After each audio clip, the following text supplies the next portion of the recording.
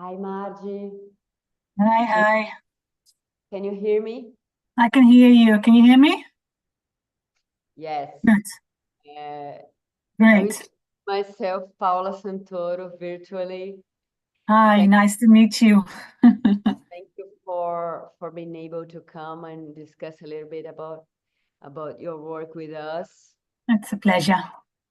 And as you can notice, we are in a hybrid format. So we are here at the university and also at YouTube with your presentation. So here there are a few students, and Hi. we have also the transmission into YouTube. So Yeah, we good. have already 3 minutes. I don't know if you want to take a water or coffee and come I have back. my water. I have everything. Let me just test the sharing function. See if it Okay. works. Yeah. Um,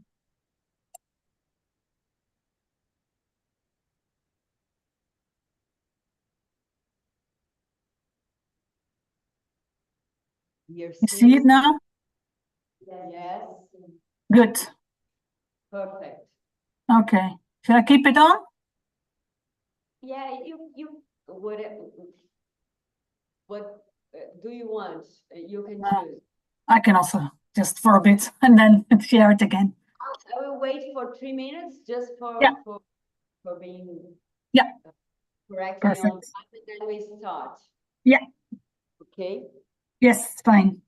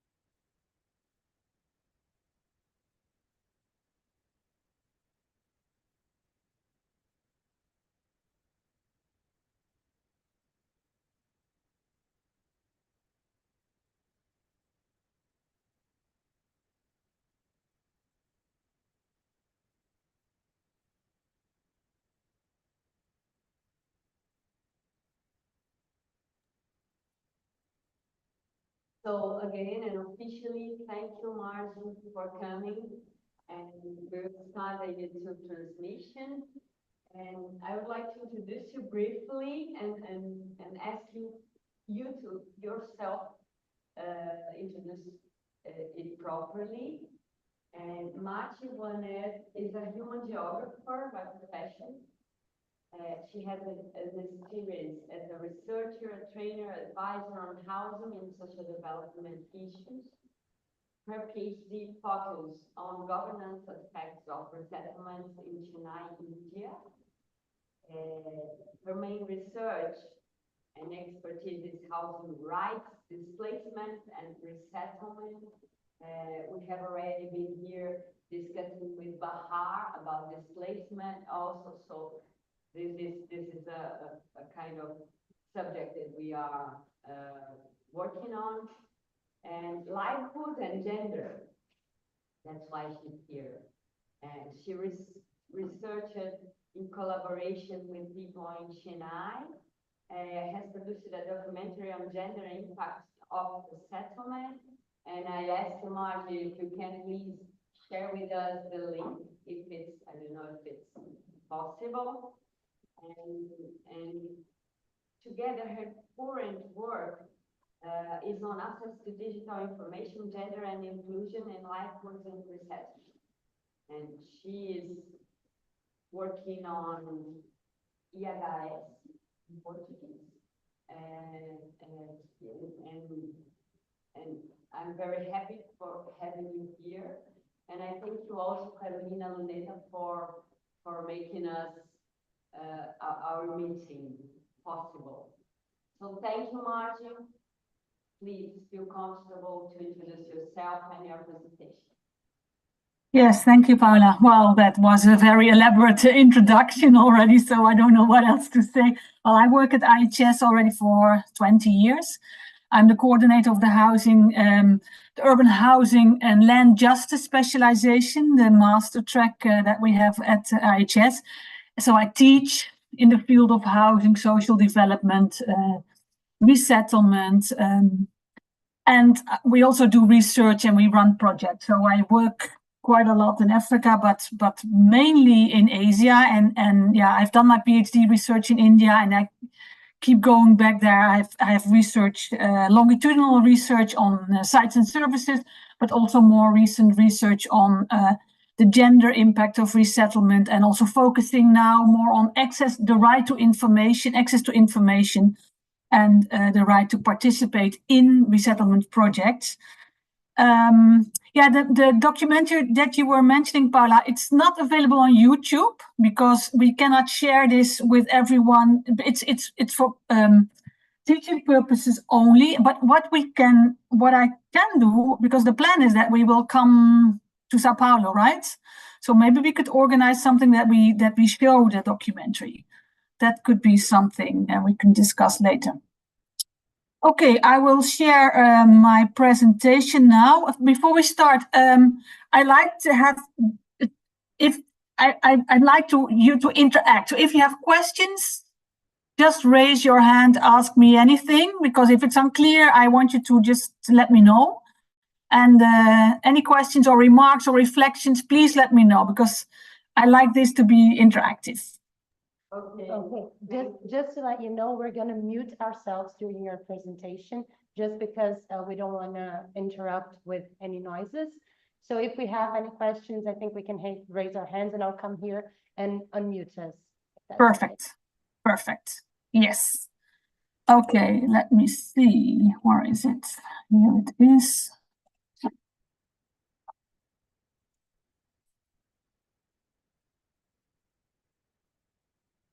Yes, so I'll talk about the housing aspirations of resettled communities, looking at it through a gender lens and focusing on my work in Chennai in the south of India. What are we going to discuss in this session? Well, I'll first do a short introduction into resettlement. I don't know to what extent you are familiar with the concept of resettlement, the housing approach, and then we will zoom into Chennai, a little bit of an introduction into Chennai. Then I'll discuss housing policies and paradigm shifts in Tamil Nadu, the state in which Chennai is the capital of. Then we look at resettlement guidelines with a focus on access to information. And then I have a few cases that I will present about pre and post displacement and resettlement. And then I'll have more general information about resettlement through a gender lens. But I'll first start a bit with development-induced displacement and resettlement, which is also called development-forced displacement and resettlement if you look at the literature. And that focuses on, that has three concepts in it, basically: development, displacement, and resettlement. Well, this often we see is a contradiction, because those that have to move because of development are often worse off, as we can see in the literature. So displacement refers to a multitude of deprivations faced. So social networks being eroded, access to land and resource being eroded. I'm sure Bahar has spoken about that, so I'll not go into that now.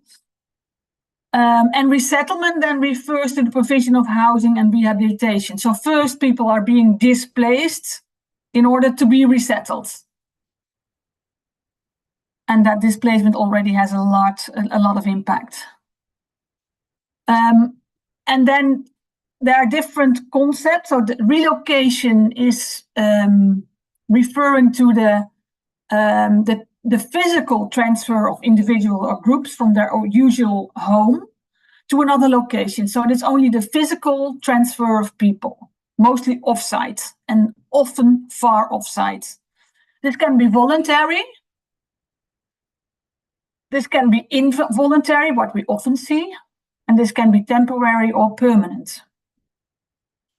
With development-induced displacement and resettlement, this is almost always permanent. People cannot move back because the place where they are moved from is being developed. Resettlement refers then to the provision of shelter, basic services and infrastructure, opportunities and security of tenure to displaced households in the place of relocation.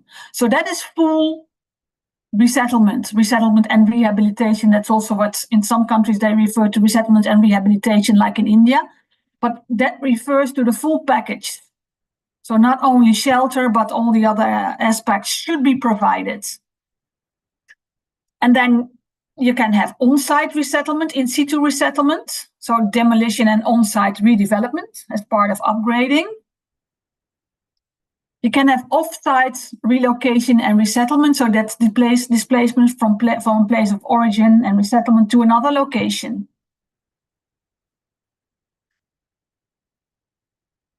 And then if we look at the definition of World Bank, the World Bank describes resettlement as the process by which those adversely affected by development projects are assisted in their efforts to improve or at least restore their income and living standards. Well, to what extent that really happens, that is highly debatable, and we see in a lot of research, we see that the opposite is happening in reality. Okay, now we move to Chennai. That is the basis where I've done quite some research and still conducting research. Chennai is the capital of the state of Tamil Nadu in the south of India. And the state has a population of approximately 72 million. It's based on the census of 2011, so it probably has grown. And the city of Chennai itself has 4.64 million inhabitants. And the Chennai metropolitan area, which is much bigger, has 8.65 million inhabitants. And you see it's located at the coast in the south of India. And if we now look at the housing policies, we can see a paradigm shift in housing policy between the 1970s and 2020. And one important moment was the creation of the Tamil Nadu Slum Clearance Board. Well, that word says a lot, slum clearance. It has now been renamed into the Tamil Nadu Urban Habitat Development Board, which sounds a little less harsh. But they are in charge of those economically weaker section populations and in charge of their rehousing and resettlement. In the early years after the establishment of the Tamil Nadu Slum Clearance Board, they moved people mainly into in situ multi-story tenements, and there was a political decision at that time. So people were not moved to far off places, they remained, and in situ houses were improved, so were slum upgrading and in situ resettlements. In the 1980s, the approach shifted to in situ slum upgrading and sites and services schemes under the World Bank funded MUDP. So there were plots allocated to slum dwellers. They were resettled. Then at that time also to the outskirts of the city, which was like 10 kilometers from the city center, where people received a small plot that they could develop themselves, or they were given a core house, which they had to repay.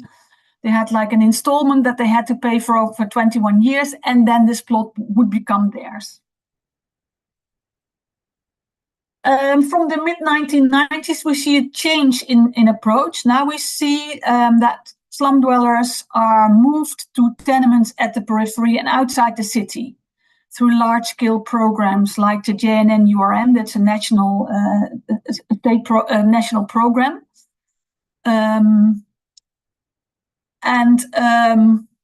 Very much to the outskirts, to apartments. So no more plots, but people were moved into apartments. And here I have some pictures. This is the in situ tenements from the 1960s and 1970s. Well, it looks very dilapidated now because there was no maintenance. But these were, at the time, settlements along the river that were redeveloped. And these are walk-up apartments. Between the 1970s and 1980s, you see the sites and services schemes. There were a number of sites and services schemes first initiated by the World Bank. Later on, the government developed them themselves and also financed them themselves, where people received plots and they received core houses. So you see here this blue house. I don't know if you see my cursor, but you see the small huts. These are still the original huts. This is a picture from 2007. But you also see that people have gone high-rise. They've gone up vertical. And they've constructed like different layers. So there were people that were investing in their housing, and these are still in the same situation. This one is also still in the same situation. But people could improve in their housing and thereby slowly climb out of poverty, create assets.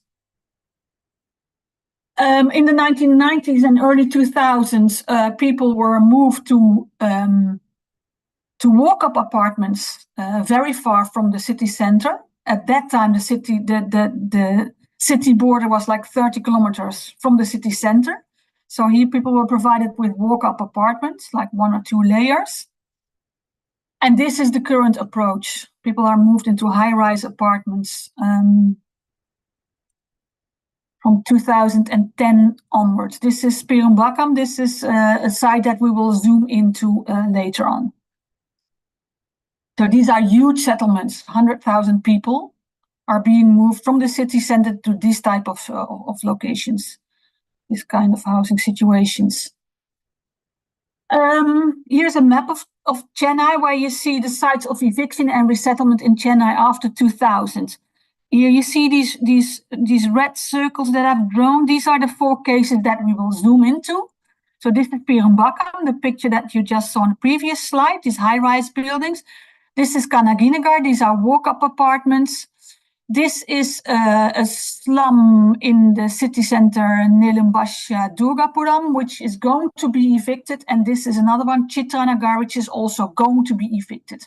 So we'll look at 2 pre-displacement and 2 resettlement sites, where research by me and others and students and colleagues from Chennai is happening at the moment. You see a lot of these slums. You see eviction sites after 2015. You see here are a lot of eviction sites along the rivers. So this is the Adia River, which is a big river. The other one is the Combe River. So from these locations, under a river restoration project, people are being moved to these type of sites, like Perumbakam. Here's another one, Godepakam. And here in the north is another one, Atipatu. And Navalu is also another resettlement site.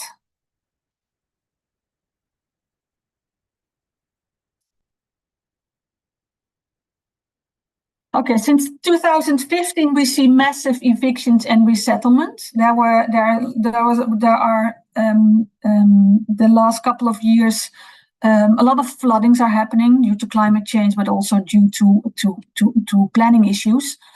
And in December 2015, there was a huge flooding. And after that, a massive eviction drive under the argumentation that they had to conserve the water bodies and also that they wanted to provide disaster resilient housing for vulnerable communities that were affected by the flooding. The cynical thing is that people in these resettlement sites are again prone to flooding because these resettlement sites like Perenbakkam are situated in flood-prone areas in marshlands. So thereby they create another problem and they destroy the hydrological system, and during the rainy season they again face a lot of flooding. Between 2015 and 2020, more than 18,000 families, 75,000 individuals were evicted and resettled to several of the peripheral sites that we saw on the previous map. And these displacements have resulted in serious violations of human rights. Are there any questions so far?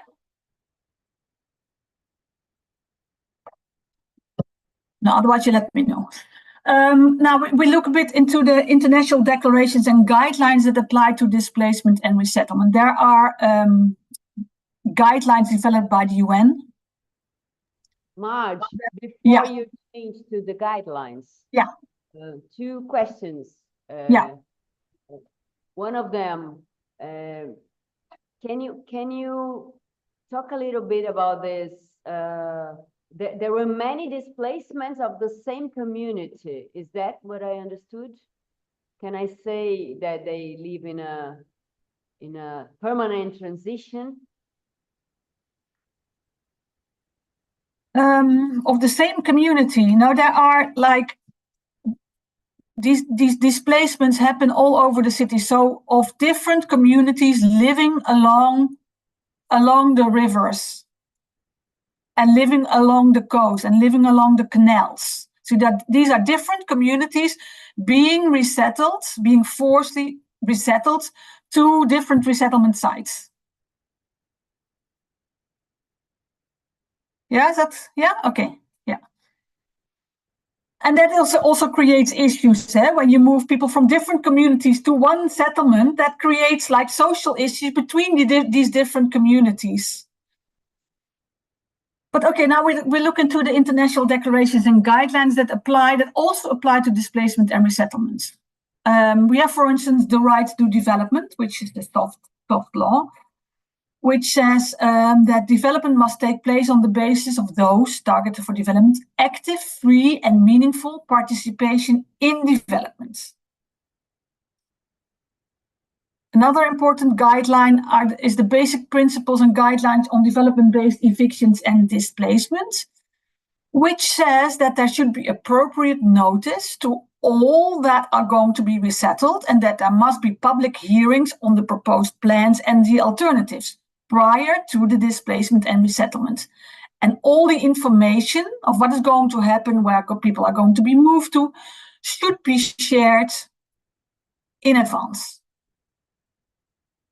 And all those affected groups and persons have the right to relevant information, full consultation and participation throughout the entire process.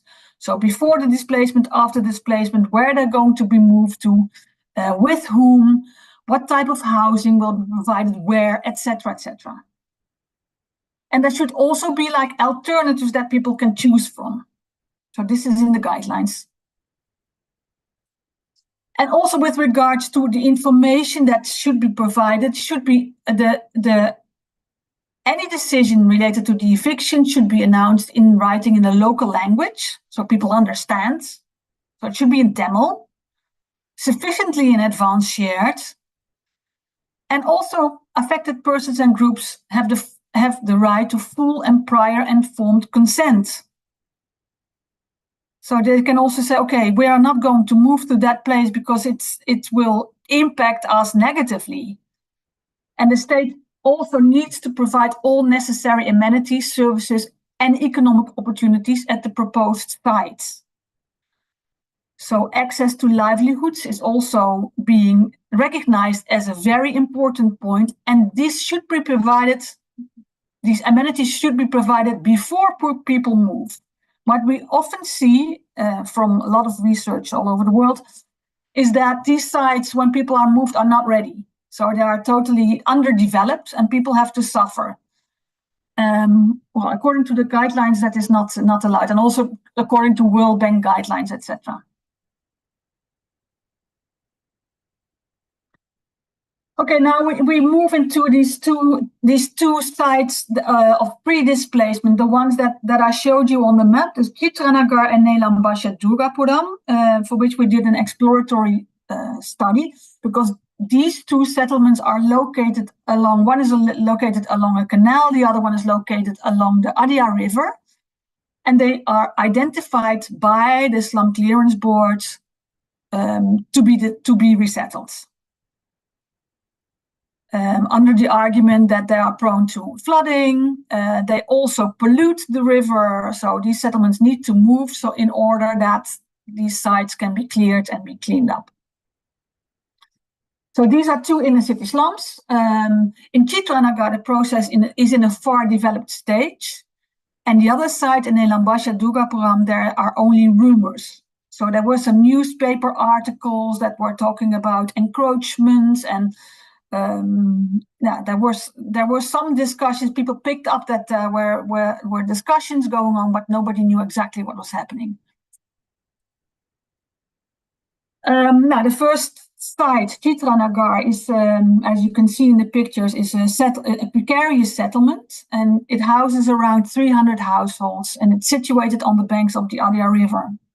It's located at the heart of Chennai, and it's surrounded by affluent neighborhoods with skyrocketing real estate prices, which houses the well-off.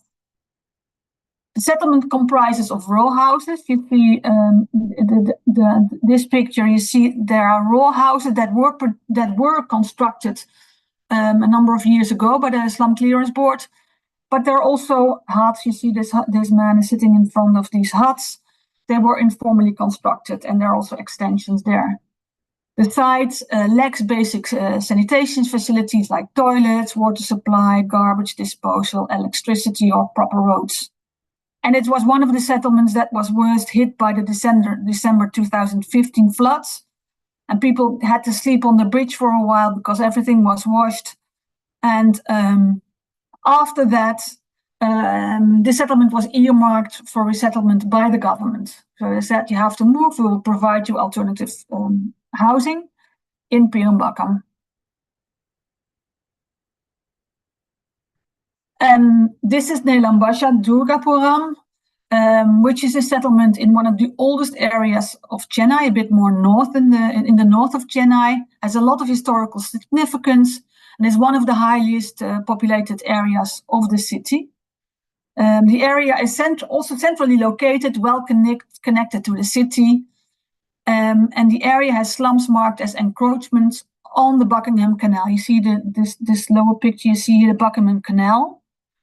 It lacks all basic sanitation facilities, and there's also the mass rapid transport system, of which you see a pillar here, that was constructed in the 1990s. In the 1990s, this MRTS was constructed throughout the city along the beds of the Buckingham Canal and other water bodies, which you can imagine also blocks the water, which is an issue.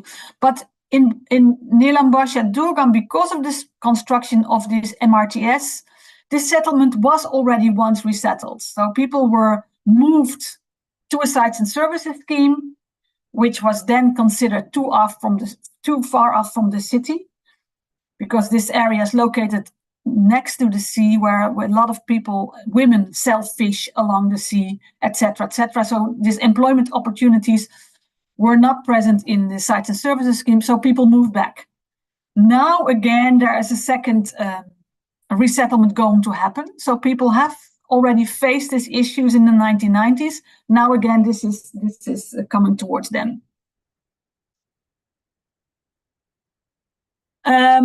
We did an inventory of how well people were aware of the plans of the government. So looking at the access to information and to what extent they knew what was going to happen, to what extent they were informed well in time, in the local language, etc. And in Chitra-Nagar, 88% of the respondents said that they had received some information regarding their displacement and resettlement. 80% of them even indicated to receive information on a regular basis, at least once a week. But it was still unclear to them what was going to happen, when it was going to happen. So they knew that they were going to be resettled, but not when. This information was also provided through the Slum Clearance Board, or the Tamil Nadu Urban Habitat Development Board, that pasted posters in the settlement. So here you see the picture below. This is a poster by the Slum Clearance Board informing the community in the local language, like, okay, so resettlement is going to happen, you're going to be resettled to this and this place.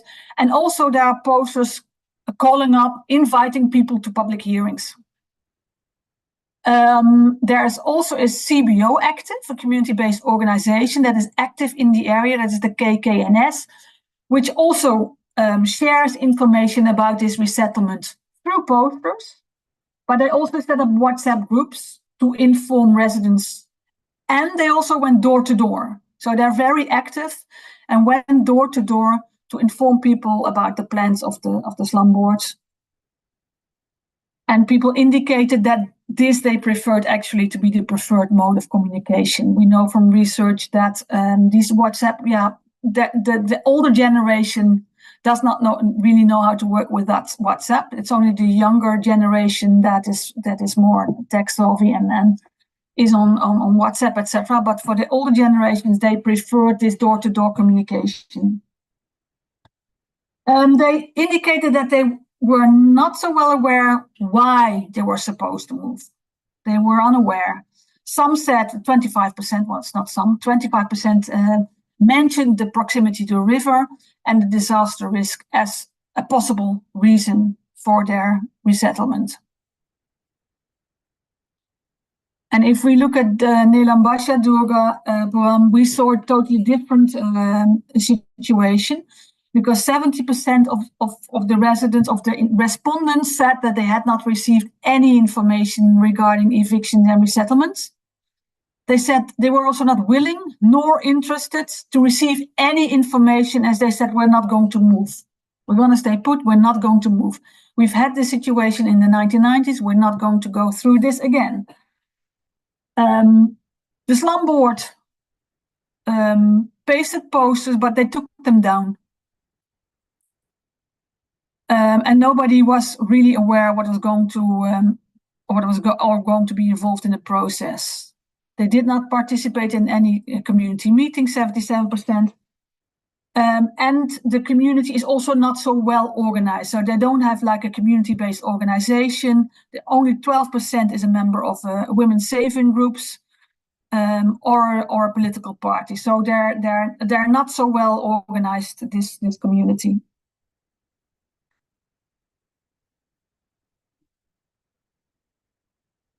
Any questions about these two sites?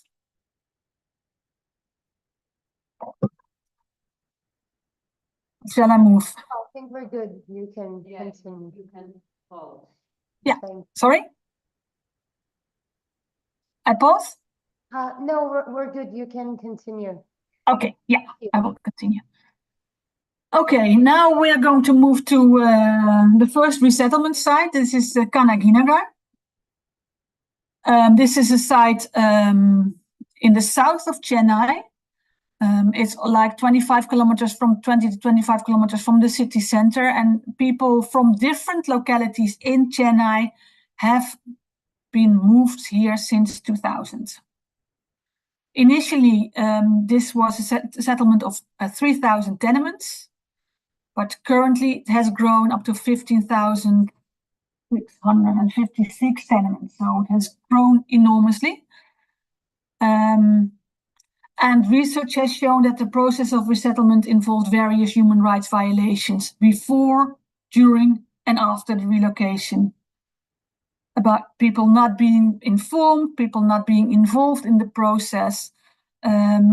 Access to livelihoods was a major issue, so a lot of people were affected in terms of employment opportunities, and we know from research that women are even more affected by this than men. Kanaginagar is also not considered to be a safe place for women and girls, and the resettlement process was gender insensitive. The rights of women have not been protected. I'll show you a bit more about that later on. We also had students who did research, students from IHS. We went with a group who did research on particularly on the aspect of safety and the sense of safety for women in this site. So I'll share that with you later. I'm sorry to interrupt. I have a question. Yeah. I was wondering, because the population grew almost 5 times. Who were those people that moved there later? Do you know where they came from? Yeah, they all come from Chennai. So actually, these are now 2 sites that are combined. So this is one big resettlement site, but all these people are coming from the city center, from different locations in the city, all over the city, actually. But also in processes of displacement and replacement? Yeah. Thank you. Maartje, Yeah. you can talk a little bit more about what is not considered to be safe for women, and you say also that process was gender insensitive. Tell us a little bit more about that. Yeah. What is not considered, this settlement still has a lot of vacant places. So particularly during the night, there are some illegal activities happening in these vacant apartments. Also because of the area is not well maintained. So here you see a street light, but at the back of these houses, there are no street lights, or they're not replaced. So there's a lot of spots that are very dark, and in the night, that women don't feel safe. So they perceive this place not to be very safe. So they cannot go out in the evenings, or they go with groups. But the feeling, it's not considered very safe and not well maintained. So that is a big issue in the place. Another aspect that is problematic is that there are a few public spaces and also some places where you have playgrounds for children, but there is hardly a possibility for women to keep an eye on their children when they're in the house. So the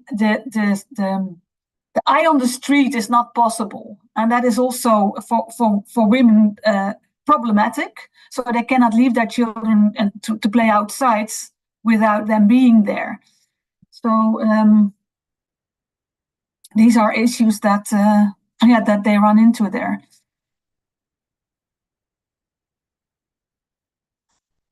There was a study looking at access to information and digital inclusion of women in Kanaginagar. There's also, if you're interested, there's a publication here, which looked at to what extent women have access to information, to what extent are they digitally included, and can digital inclusion help to improve access to livelihoods. And this has shown that women are highly affected by this resettlement. and that livelihood restoration should be a focus of resettlement projects, in any resettlement projects.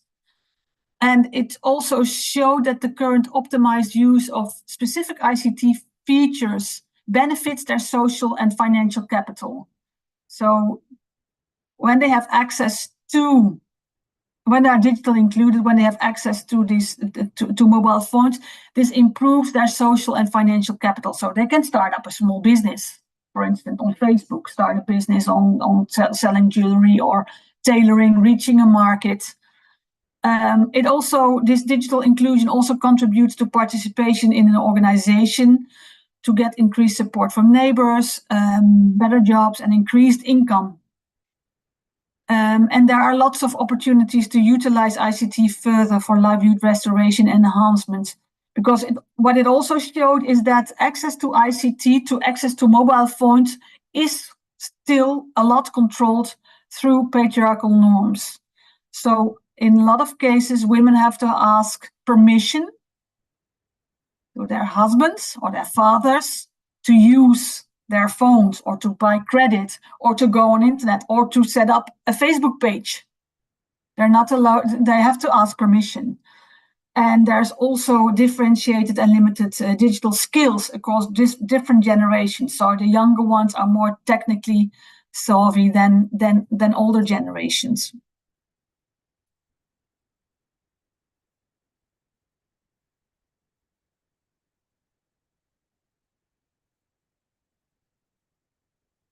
I will zoom into another research which focuses on the resettlement site Perenbakkam. This is the latest resettlement site, a huge place at the outskirts, 30 kilometers from the city center.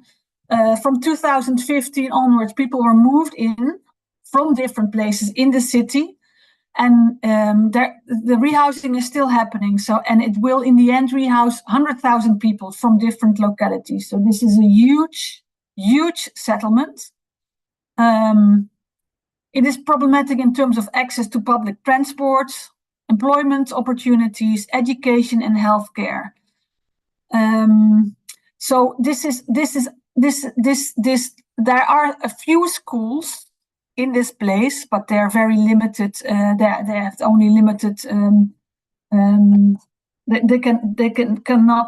They don't have space for many children, and also some of the women said we prefer to send our children, or to keep sending our children to the schools that they went to before they were resettled, because of the quality of the education.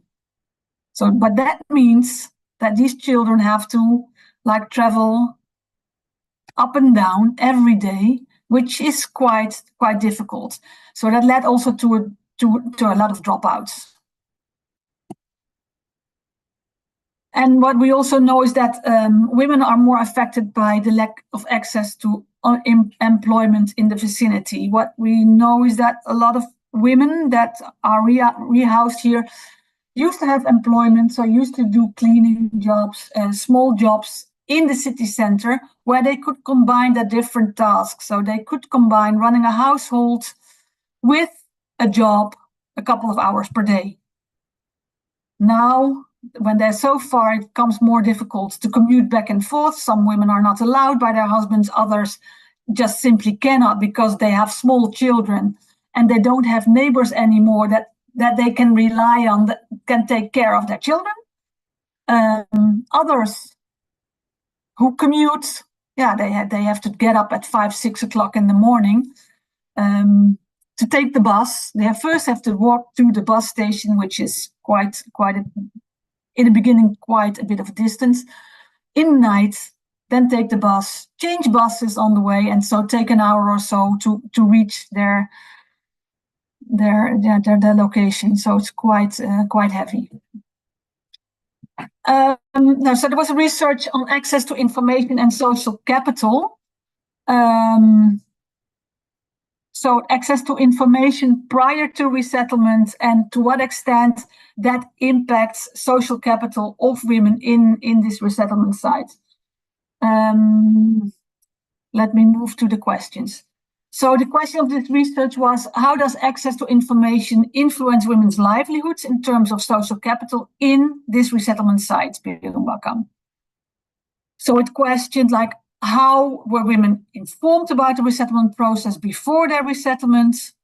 How was their social capital affected after resettlement? And which factors in the resettlement process affected women's social capital? And some of the key findings was that it showed a positive correlation between information access before resettlement and social capital levels after resettlement. So the more people were informed about what was going to happen, the better they could be prepared. And this had an impact on social capital levels after resettlement. Only a small percentage of women had high access, indicating the need for enhanced information dissemination strategies. So there was only a small group of women that were really well informed about what was going to happen. And the research also found out that often the news is filtered through males in 67% of the cases. And this potentially limits access to comprehensive and unbiased information about resettlement processes. So some women said, yeah, my husband is always informed, but he hardly tells me anything because that is not of my business. He takes care of it. And additionally, factors beyond information access influence women's social capital.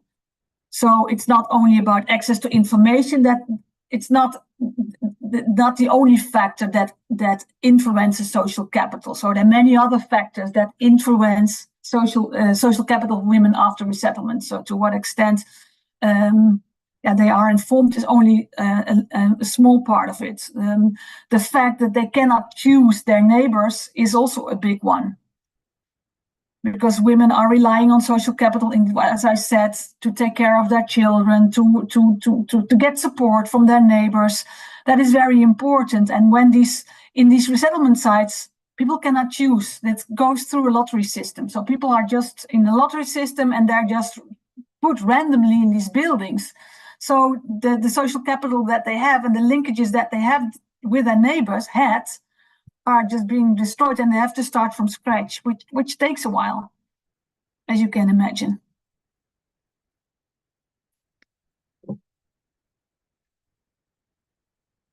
Any questions?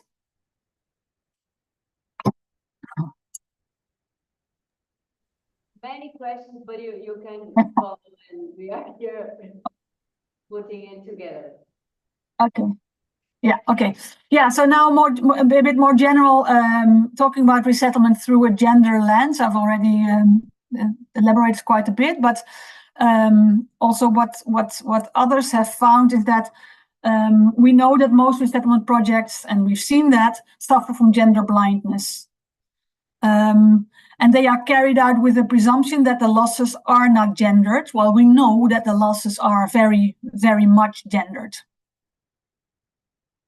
So women endure social, cultural, and occupational uprooting, which often has a more profound effect than for men in the same situation.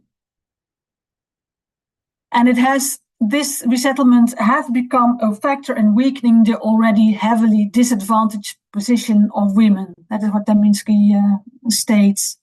And it also causes significant health risks and problems for young girls, pregnant women, and mothers. For instance, as I said in Pirumbakam, the health centers and hospitals are quite far. And in the night, you can imagine when you're in labor and you have to go to a hospital, that is very, very difficult. So that can have serious consequences. It also, what Karen Kalju states, is that it leads to the domestication of working women. And what she means with that is that in the cases that she had studied, because in the city center, women were working. Now they are moved to free housing, because a lot of these situations, the apartments come for free. So then husbands say, there's no need for you to work anymore. You can now stay at home and I will work. Or they lose access to employment opportunities. So that leads to the domestication, or that leads to less freedom for these women. And with regards to safety and security, as I spoke about in the Kanaginagar case, this is Lillian Masi who found this, the increased incidence of violence and feelings of insecurity due to uninhabited buildings in resettlement sites that are often used for illegal activities. Women suffer from increased domestic violence because of resettlement, because of the incurred distress of everyone involved. That also leads to domestic violence. Women perceive less safety in resettlement sites and their public spaces due to design and maintenance issues, as I mentioned. And also when women start commuting for work, they are exposed to safety risks. When bus stops are, for instance, far and located in unsafe areas, or when they have to travel early in the morning or late in the night and must travel in crowded buses. That is shown in the documentary. In that respect, the situation in Chennai has changed, at least a little bit, because they're now providing pink buses, as they call it. These are buses that to which women are only allowed, and these also come to these locations. So these are considered more safer for women. And this is again this is a picture from Kanaginagar, when this lack of lighting between buildings affects the sense of safety for women. As I mentioned, you can see that these are just very unsafe places to go through. With regards to impact on children, there is a severe impact on education. So there is increased traveling time that leads to increased stress. So no leisure time for kids because they have to commute. It takes a long time, and increased travel costs leads to dropouts. And there are other issues for girls specifically. What we see in these type of situations, that girls can be married off and are married off at a younger age due to the lack of safety and security. So then families' reason is like, okay, so let's find a husband for our daughter, so at least the husband can take care of her safety. And girls have also been forced to prostitution to contribute to the household income. This is another research that has found that out in India. Not in the sites that I'm talking about, or at least we haven't found that, but these are cases. I mentioned that we do this, Paula mentioned that we have this documentary, we Urban 2. That is a project where we worked with women in these resettlement sites, in Perumbakkam specifically, to discuss with them what is the impact of resettlement on your daily life, and how are you dealing with the challenges, and which initiatives do you take yourselves. And we wanted to make a documentary. We wanted to make this documentary because there's hardly any good material to show in class. But there's also a lot of unawareness, also from policymakers, of the impact of resettlement. And we hardly hear people that are affected tell their story. So that was the idea that we had. We want to let these women talk about how they are handling this situation. And that started, this whole trajectory started with a drawing workshop where we worked with students from the university and with women from resettlement sites. And we asked them to explore how do you envision your dream house? What do you think what a perfect house should look like? And women with groups of students sat together, and these are mostly students that drew the pictures on instructions of these women, because we were not so good in drawing. So many of them were a bit shy.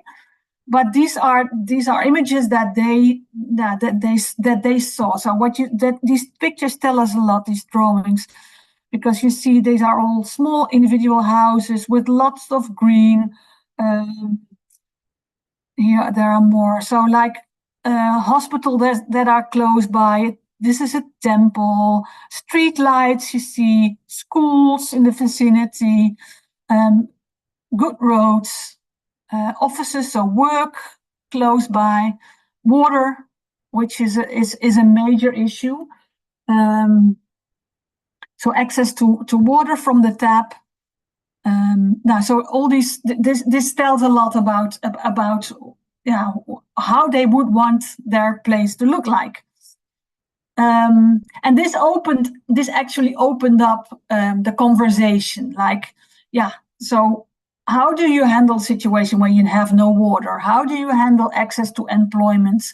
And these stories we put together, and then they made a selection of which are now the stories that you would like to bring across in a film. And these were filmed. So we had a film training with the women and students. These are students of the media department, so they know how to film. And this led to this film. We to urban women. We need the city needs us too. Okay.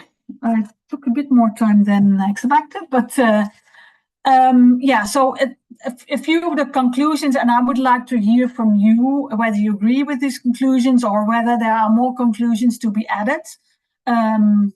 What we know is that resettlement has a lot of impacts, and resettlement should always be the last resort. In some cases, there are no other options than that people have to move because they are really in a danger zone, or infrastructure has to be provided to the city, and that runs through certain settlements. So, but then what do you do? So it should be close to site, but it should be really the last resort. Access to information and free, prior, and informed consent are rights that need to be adhered to in cases of resettlement. There should be free, active, and meaningful participation in the process. And restoration of livelihoods is crucial, particularly for women. These are some of the conclusions that I would like to discuss with you, but I would like to hear from you. Are there more conclusions to be made? And now I will stop sharing and I will open the floor.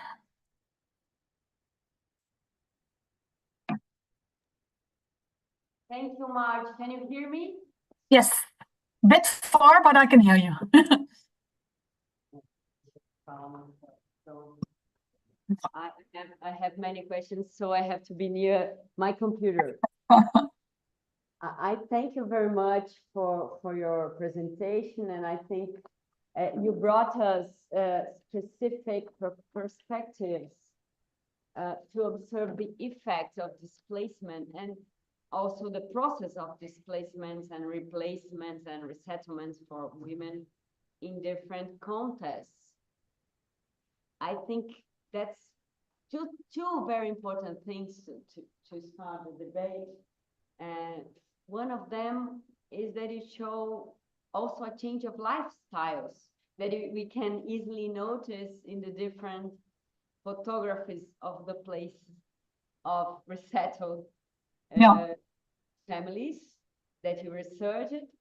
And I like it very much, the idea that this resettlement is a domestication of life, because when women move to unsafe places, and it considerably changes the way she goes out, the difficulties to go to play with children on the park, and things that you talked during your presentation there. But also, and I would like to hear you a little bit more about that, changes in the community network, because they separate communities, and the scale of the resettlement is also something important. That's the second point that I would like to comment, because we were here commenting, me and Amanda, how this new city of 100,000 of people resettle. It's a city. I mean, it's big, very big.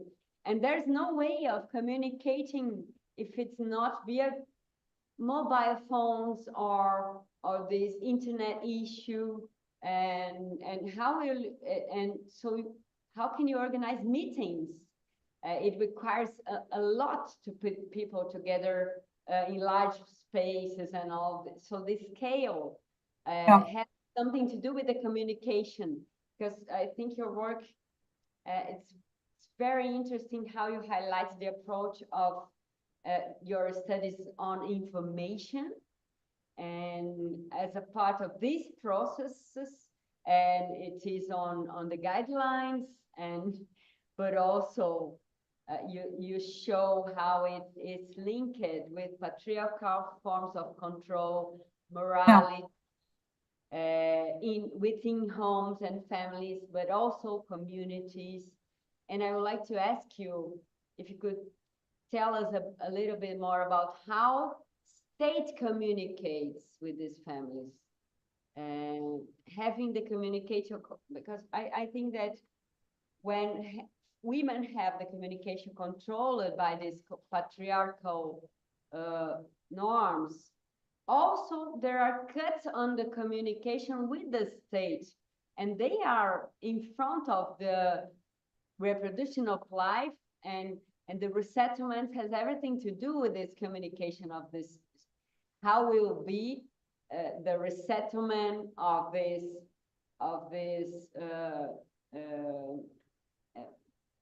reproduction site?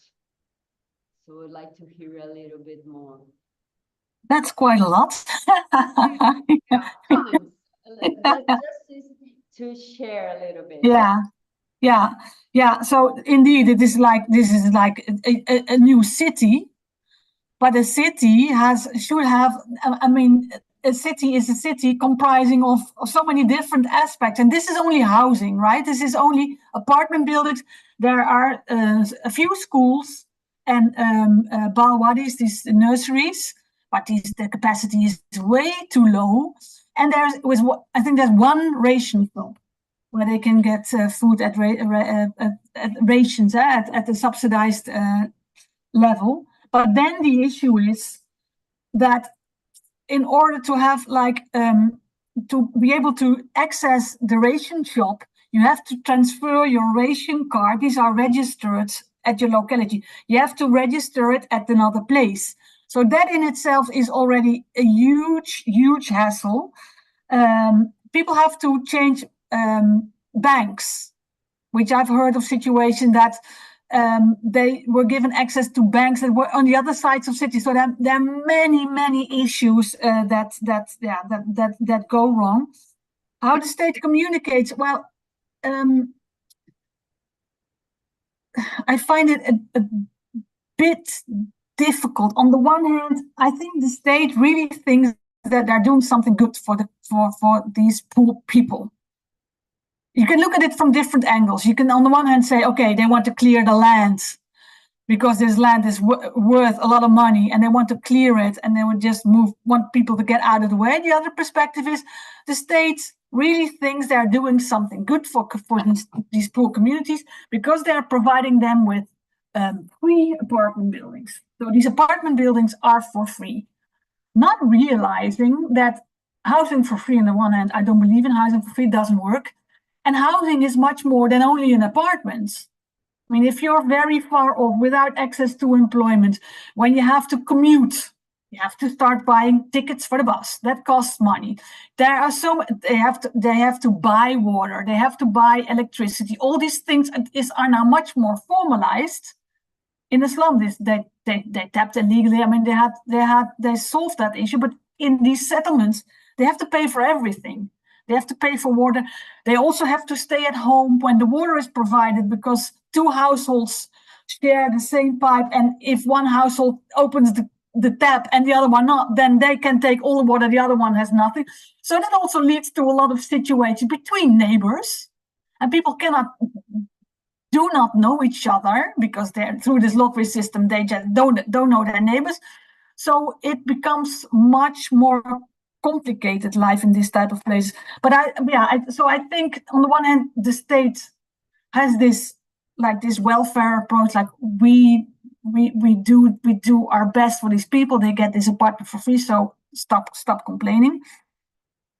but the scale is estranging. That is indeed enormous, and women are depending on social capital. So when this network is eroded, they're facing a lot of problems. There's also the situation with the host community. I didn't touch upon that, but can you imagine these surrounding settlements?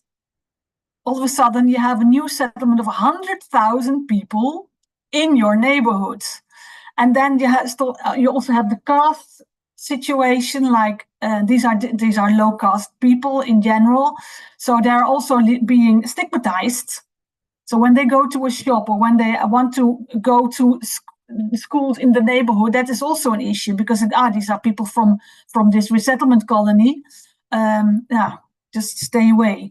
So yeah, there are many issues that they're facing. Even kijken. Oh yeah, in terms of access to information, well, we now know that access to digital information should also become like a basic right, like a basic service. Access to digital inclusion. Access to Wi-Fi is also a major issue in this place. So in one location you have some access to Wi-Fi very randomly, but most of the places you don't have access to Wi-Fi. So that is also a big problem. I don't know if I've answered fully, but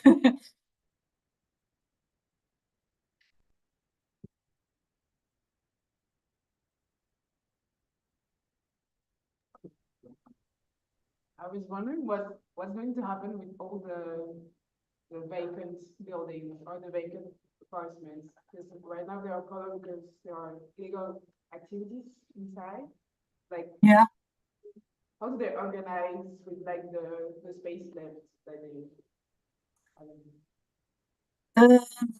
Yeah, but we didn't do research on this, but some of these, I mean, in Kanaginagar, where I said there are quite a lot of vacant places, because of the connection to employment opportunities, there's this disconnection. There are people that either illegally sell off or just leave, and then these places sometimes become vacant. Sometimes others start squatting, come there, others or yeah. So it's a mixed situation. And in Pirambakam, they are still constructing new apartments. So people keep on moving in. So there's a constant influx of new people moving into these places.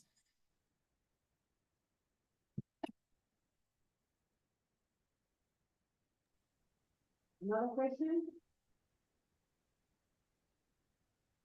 And I will point to just an observation here in Brazil, March.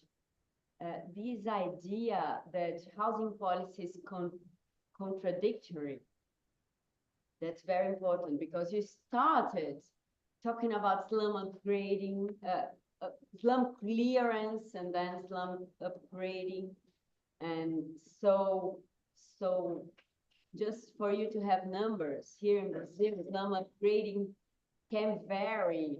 The percentage of resettlement people from 80% of the community, I mean, destroying everything, and just 20% stay there. Oh. And 20%, and only 20% or 80% stays there, and 20% goes with just urban infills, like opening street or okay. Yeah. Sewage. So there is a huge displacement project into the housing policy, and I think your ideas, they bring us this idea of the state that wants to do something and remove and change the problem. I mean, yeah. And I would like to hear a little bit more. And the second thing that I would like to hear you is that this idea that the lack of community information, the lack of information regarding displacement, and how does it put life on hold? This idea that life on hold. Yeah. Yeah. And for us, we work in a concept of permanent transition situation. Yeah. You have your life on hold, and this is one idea of something that's very violent. That is not directly violent, because it is not violent into a human body directly. I'm not hurting a woman, but it's hurting and affect and sometimes suspend social reproduction activities. And I would like to hear a little bit more about that, this idea of life on hold. Life on hold, yeah, definitely, because in many cases, like this, the Nilam Basha Durga program, well, it's the second time that they're going to be resettled. So these rumors are spreading, and people, I mean, you can imagine the fear that people have, like, what is going to happen now? They're coming again. Why? Where am I going to? So that also prevents like people from investing in their housing situations, because they know one day this bulldozer will come, and so people cannot really. That is their life on hold. They cannot think ahead. They cannot think of the future, because they don't know whether they will be there or they will be somewhere totally different. So that is truly a violation. I agree. So you cannot, what will happen with your children? To which school? Do they have to move schools, etc.? They have friends. They have to be moved somewhere else. So that has a lot of repercussions on your daily life. And also the lack of the life on hold. What I was wondering, because you said something about this 20%. Is there because of is that because of slum upgrading, for instance? And are people then involved in this process of identifying who has to move and where to move? Is that happening in Brazil, or is that also the state deciding? Yeah, theoretically, people should decide in a slum upgrading project who is gonna to be out and how will be the project. But it's almost a state decision. State sometimes come and most of the time comes with a project that is already designed, and then people discover that they should go out because the better drawing for the street is passing through their houses. And these and the numbers varies a lot, because sometimes slum upgrading is very delicate. Only 10% of people go out, or 20%. But sometimes they mix slum upgrading with producing new units and relocating far from. So this goes to 80%. So there are a huge difference between who is going to be out of a slum upgrading process and how it will happen, how it is designed, and we can see the mixture of many slums in these huge, big resettlements, like your last. Yeah. We were talking a little bit about that we have a 7,000 houses project that we receive 4 people, so they came from many places. So this mixture is also a challenge. Yeah. I don't answer it correctly. Yeah, clear.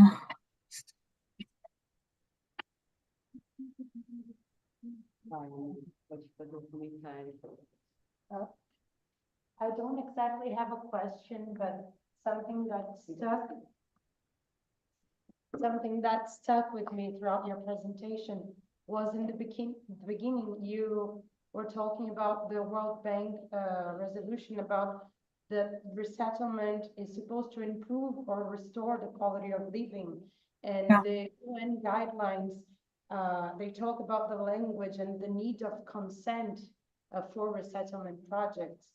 And thinking about how things work here in Brazil and seeing your examples that are really shocking, I don't know, I'm just stuck with this thought of how to guarantee consent. Is this even possible in projects like this? And does these projects really improve the quality of living? Because when we're talking about quality of living, we're not only talking about the living space, like the house, we're talking about urban quality, we're talking about shared community, we're talking about the daily living, the daily life. And by the examples that you brought to us, I'm not sure that this is actually happening, that the quality of living is actually being improved. It's not. No, So it's not. it's not really a question, it's just things that stuck with me throughout your presentation. Yeah, no, I think we know, I mean, there's a lot of research on resettlement, and overall we know that people are worse off. We have these guidelines, still, we know all the practices, we know the empirical evidence is there, but still, people in most cases are worse off. But there are also interesting practices that we can learn from. I mean, there are practices also from India, from the Philippines, from Sri Lanka, from other places where we know where communities have been involved in the process, where the resettlement is not very far off, when these settlements are not like huge scale projects, smaller scale projects, that people can, that life can become better of those affected. But yeah, in overall, we know that people are worse off, and so I think having consent and having people participating in the process will lead to much better outcomes. But the thing is, this takes a lot of time. And time, a lot of these governments and World Bank, and they don't have that time. They don't want to take that time. So that is the problem most often. And people that are involved in this process are not also not equipped. The capacity is not that high. And as I also said, I think a lot of these people in these organizations think they're really doing something good. They're giving these houses nicely developed houses for free, but not realizing that housing is more than only a house. It's much more than that. And that is much more complex than that. So that is the issue.